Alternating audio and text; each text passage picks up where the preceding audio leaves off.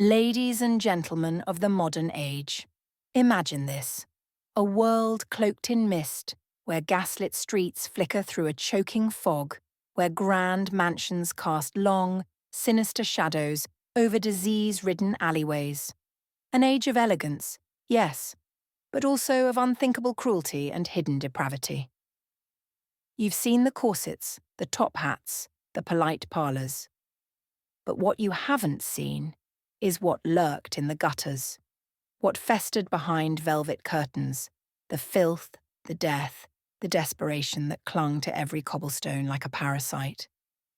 And I'll tell you now, you, my dear viewer of the 21st century with your hot showers and painkillers and Google Maps, you wouldn't last 24 hours in this world. Not a chance. So steel your nerves, because today, we're ripping away the lace and lamplight to reveal the real Victorian era. And trust me, it's far darker, filthier, and far more terrifying than you ever imagined. Picture this. The streets of London cloaked in a permanent, greasy fog. Not the romantic mist you see in costume dramas. No, this was a suffocating yellow-brown smog, brewed from coal smoke, industrial fumes, and the acrid stench of horse dung piled high in the gutters. Human waste flowed freely through open drains. Rancid fish guts, rotting vegetables, and the occasional dead animal carcass turned every corner into a biological hazard. And bathing? A rare indulgence. Even for the wealthy, a full-body soak happened perhaps once a month, and for the poor, it was an annual or seasonal affair, if that. Many settled for a damp rag across the face and neck. Communal bathhouses were often no better than tepid cesspits, where dozens of labourers, factory girls, and soot-blackened children marinated together in the same opaque water. To mask their constant state of decay, Victorians turned to perfume. But not the elegant florals you might imagine. These were concoctions made with civet, a pungent secretion from a cat-like animal's rear gland, and musk, drawn from glands beneath a male deer's belly. In other words, carefully bottled animal sweat and excrement, dabbed lovingly behind one's ears. And then, of course, came the great stink of 1858. Imagine an entire river, the mighty Thames itself, so choked with raw sewage and putrefying waste that under the scorching summer sun it fermented like a rotting corpse. The stench was so unbearable that members of Parliament fled mid-session, holding vinegar-soaked handkerchiefs to their faces.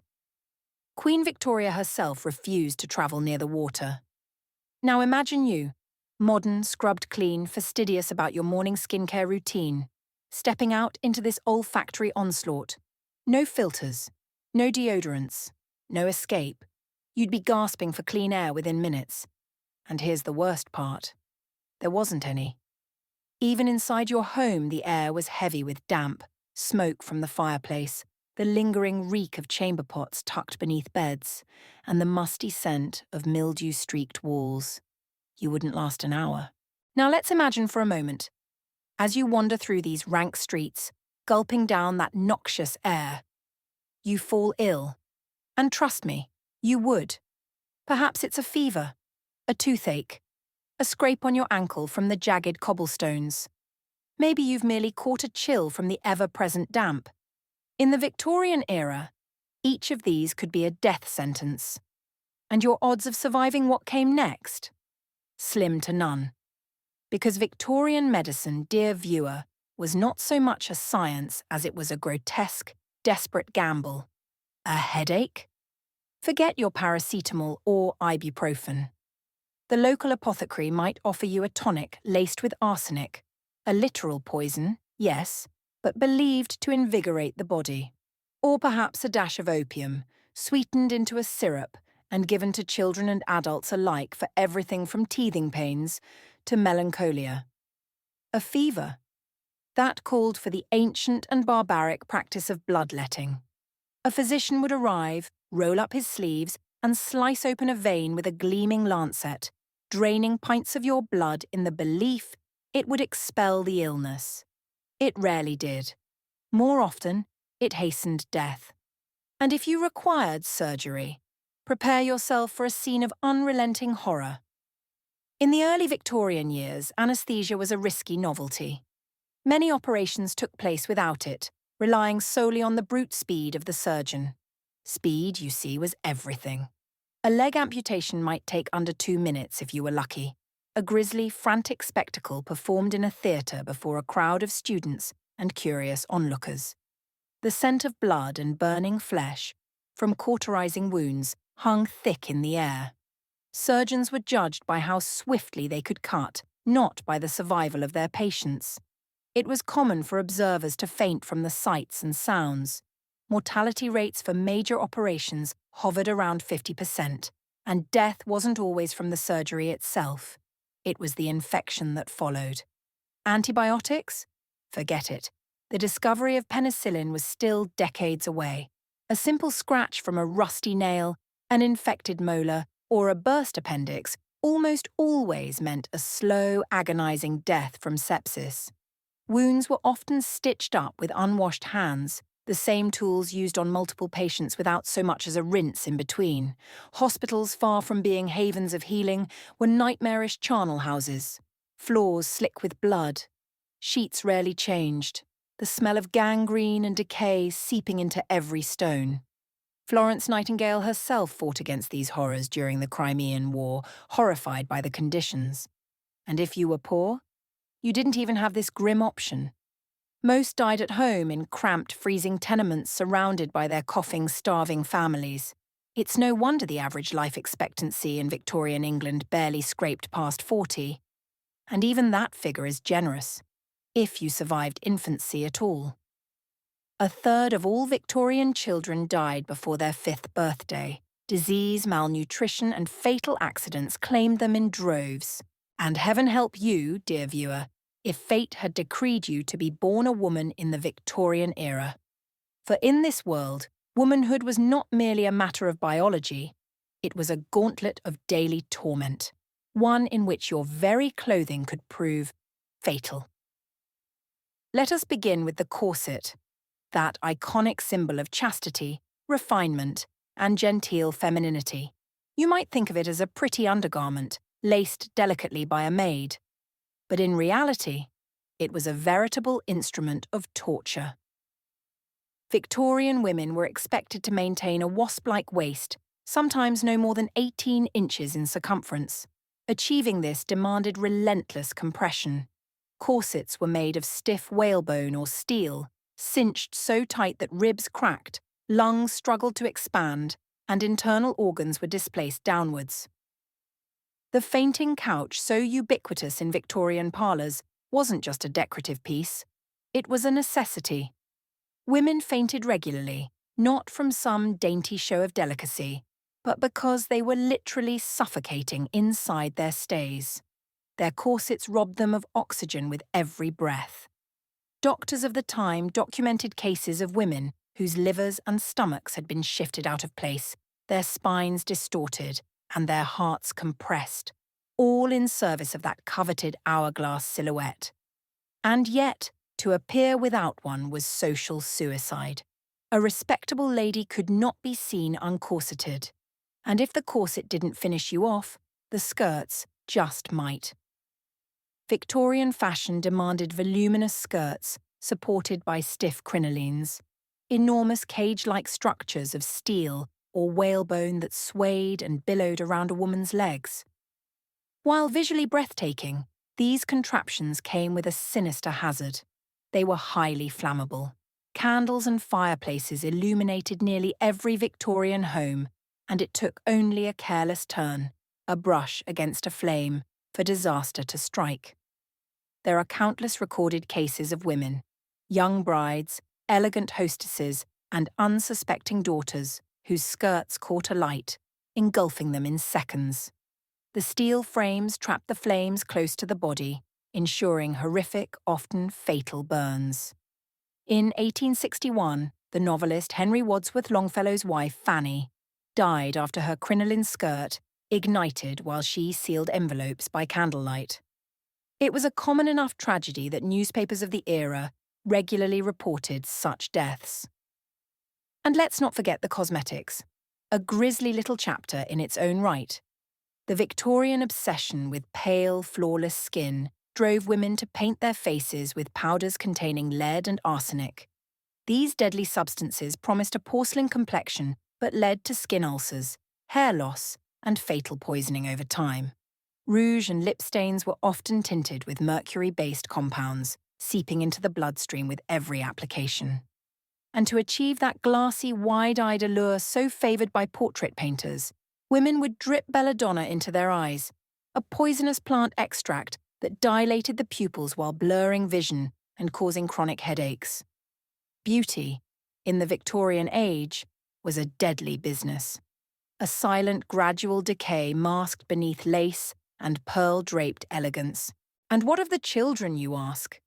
Surely, if the women of the Victorian era endured such misery, the little ones must have been spared. Oh no, dear viewer. In fact, theirs was a world so bleak, so appallingly cruel, that even Dickens himself could not have conjured a truer horror. The Industrial Revolution, that great engine of progress and profit, was powered by the hands of children. Tiny, malnourished, soot-streaked children. Boys and girls as young as 5 or 6 years old were sent to work in factories, mines, and mills, not as a rite of passage, but out of brutal necessity.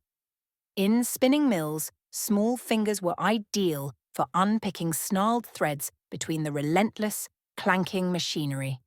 A slip of the hand, however, and it meant severed fingers, crushed limbs, or worse.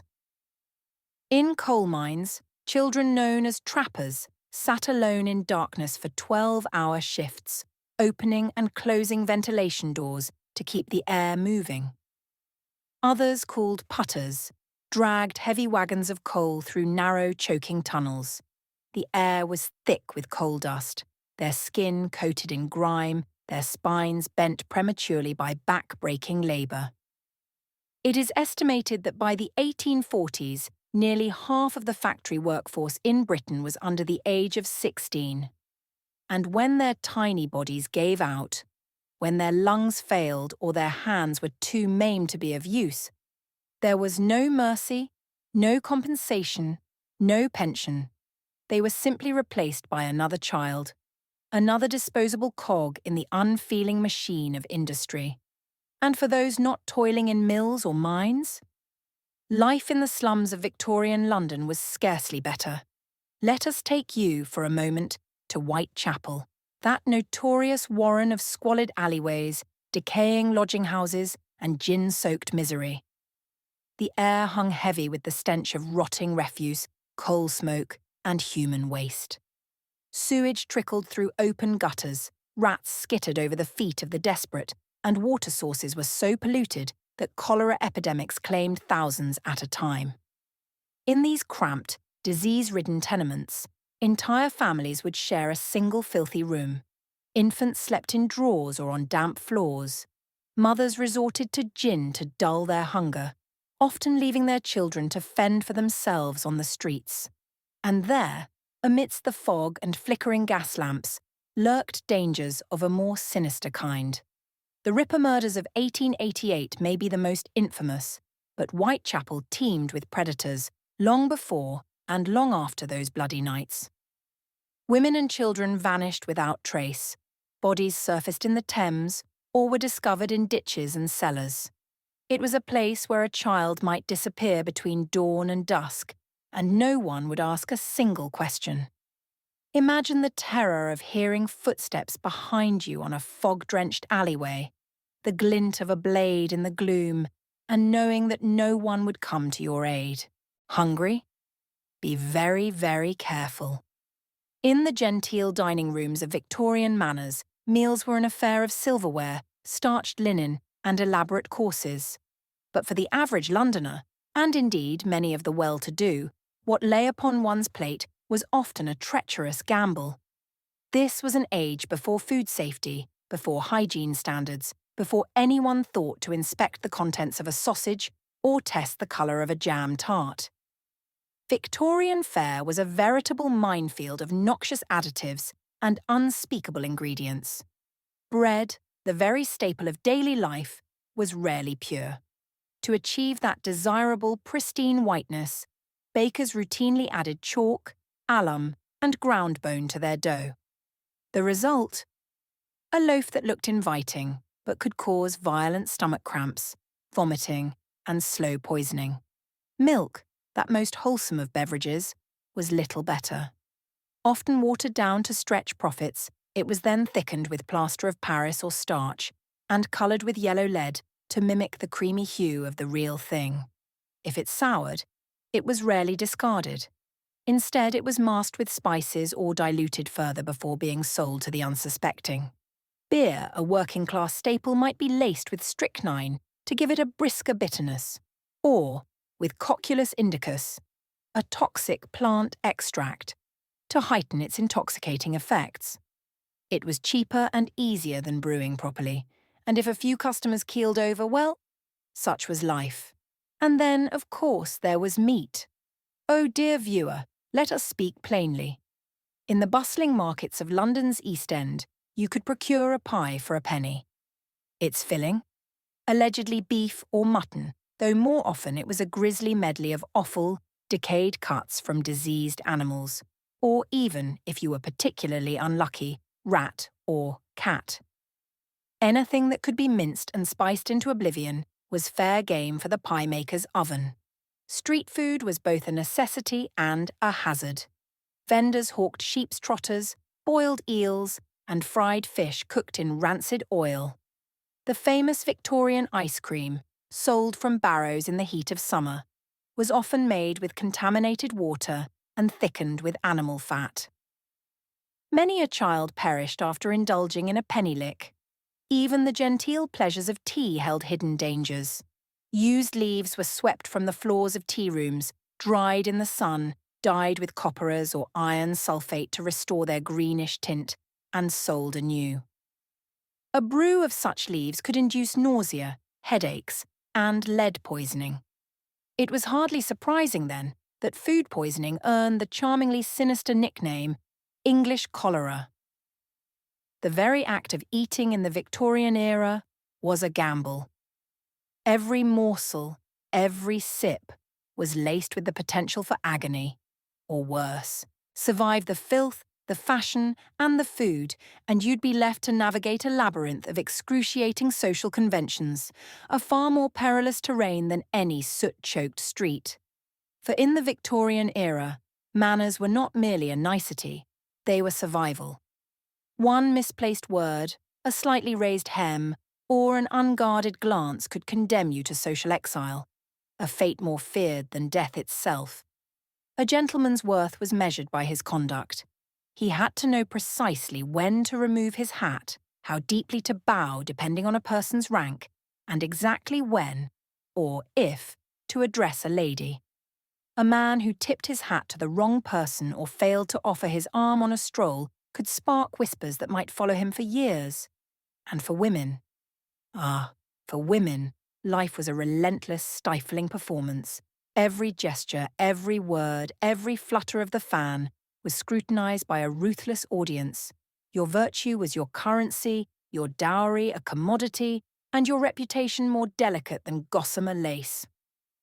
A stray rumour, a careless remark, or a clandestine meeting with a man in a room without a chaperone could render you unmarriageable and cast you out of polite society. You couldn't laugh too loudly, it was unseemly. You couldn't eat too quickly, it was vulgar. You certainly couldn't express political opinions. That was the preserve of men, and a woman with opinions was often regarded as either mentally unwell or morally loose. A woman's primary function was to appear demure, desirable, and decorative, but never assertive. The mere sight of a woman showing her ankles in public could set tongues wagging. And woe betide the poor soul who breached the labyrinthine rules of mourning attire or failed to curtsy at the correct depth. A court presentation alone, the act of being formally introduced to Queen Victoria, required months of rehearsed bows, prescribed conversation, and exacting dress codes, down to the number of ostrich feathers permitted in your hair. Failure to perform this rigid ballet of etiquette didn't just result in embarrassment. It meant exclusion from balls, marriages, invitations, and inheritances. It meant living out your days as a social pariah, cut off from the genteel world, left to rot in some remote village or gloomy seaside boarding house.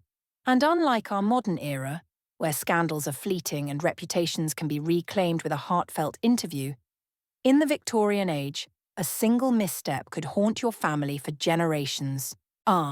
Death. The great, inevitable equalizer. But in the Victorian era, death was not simply a tragedy, it was a spectacle. In an age before vaccines, antibiotics, and reliable sanitation, the shadow of mortality hung thick over every household. Infant and child mortality rates were appallingly high. Entire families would be decimated by epidemics of cholera, typhus, diphtheria, and the relentless scourge of tuberculosis, known then as consumption, for the way it seemed to quietly devour a person from within. 1 in 5 children never saw their 5th birthday. And should you live past infancy, the dangers were far from over. Cities like London, Manchester, and Liverpool became perfect breeding grounds for disease, with open cesspits, contaminated drinking water, and streets caked with rotting refuse. A single contaminated glass of milk could snatch a child's life overnight. And yet, amidst this constant brush with death, the Victorians cultivated a culture of mourning so elaborate, so theatrical, that it would seem absurd to modern sensibilities. Entire industries thrived on death. Coffin makers, mourning dress suppliers, sellers of black crepe and jet jewellery, professional mourners paid to weep and wail at funerals. Death was big business. Perhaps the most macabre of all was the post-mortem photographer. Photography, still a new and expensive novelty, was often reserved for one final solemn portrait of the deceased. Corpses were dressed in their best clothes, sometimes propped upright, eyes painted onto closed lids to give the illusion of sleep. Families would pose beside their dearly departed as though it were a tender family gathering. These images were treasured keepsakes, a final tangible proof of a life now vanished. Many Victorian homes displayed these photographs openly, a constant reminder of mortality's reach. Widows were expected to follow suit, mourning their husbands for 2 years in unrelieved black, with strict prohibitions against jewellery, colour, and even conversation. A widow caught laughing or enjoying music too soon risked becoming a social outcast. But what, dear viewer, of entertainment? How did the Victorians amuse themselves in this grim and gaslit world? With a hearty appetite for the macabre, the morbid, and the downright grotesque.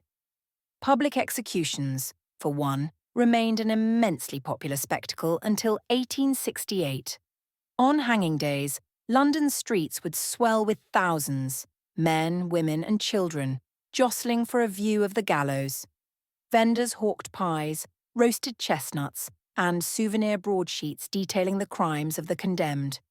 Mothers hoisted toddlers onto their shoulders to watch a man's final desperate moments. There were celebrity murderers, famous thieves, and lady poisoners whose fates drew audiences rivaling the opening of a West End play. When death wasn't literally on display, the Victorians sought their thrills in far stranger places. Séances and spiritualist gatherings flourished, particularly after the mid-century death of Prince Albert threw Queen Victoria herself into the clutches of spiritualism. Tables tipped, bells rang in empty rooms, and mediums claimed to summon the spirits of the departed. Entire parlours held their breath as disembodied knocks echoed in the gloom or ghostly apparitions supposedly materialised in darkened corners. And for those craving darker diversions still, there were the freak shows and anatomical theatres. Victorian society, despite its obsession with propriety, harboured a secret, ravenous curiosity for the strange and the grotesque. At travelling fairs and dimly lit venues, men and women with physical deformities, rare medical conditions, or extreme body modifications were displayed for the gawking pleasure of the masses. The bearded lady, the elephant man, the living skeleton. Their suffering was converted into a shilling's worth of amusement. In anatomy theatres, holdovers from earlier centuries but still popular in the Victorian age, students and curiosity seekers alike crowded to witness public dissections. Human cadavers, often obtained from dubious sources, were cut apart before an audience. A morbidly educational night out. For those who preferred their horrors in print, there were the penny dreadfuls, cheap sensationalist booklets sold for a penny apiece. They promised lurid tales of murderers, highwaymen, monsters, and bloodthirsty villains. Serial stories like Varney the Vampire and Sweeney Todd, the demon barber of Fleet Street, filled the dreams of Victorian readers with delicious terror. And so, dear viewer, the next time you fantasize about the elegance of the Victorian era, the corseted gowns, flickering gaslights, and grand carriages, remember the choking smog, deadly food, merciless medicine, and crushing social rules that lurked beneath. It was a world of beauty and brutality, refinement and ruin. And you, modern creature, wouldn't last a single day.